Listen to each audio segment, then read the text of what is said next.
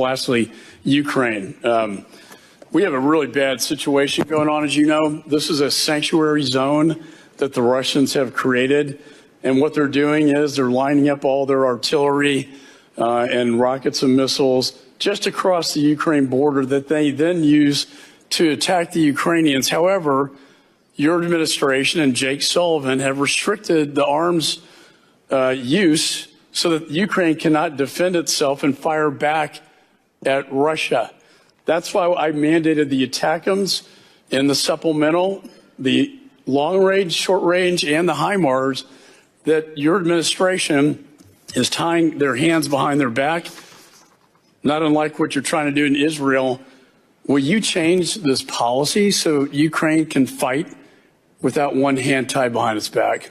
Well, as you know, we've rallied 50 countries over the last 2 years to come to Ukraine's defense, to provide it with the weapons it needs to defend itself, to push back against Russian aggression. When it comes to enabling, endorsing attacks outside of Ukraine, that's not something we've done, but Ukraine will have to make and will make its own decisions, and I want to make sure it gets the equipment that it needs. Well, to Congress got them the equipment, and thank you for implementing that, but Congress did not put restrictions on the use of these weapons. It's Jake Sullivan and your administration that has put the restrictions on these weapons, and I talked to them, and this is not, they cannot achieve victory with these restrictions that you, not the Congress, have placed on them. And I hope you'll take that back to the National Security Advisor and the National Security Council and change this policy decision that is very dangerous and damaging to the Ukrainian people.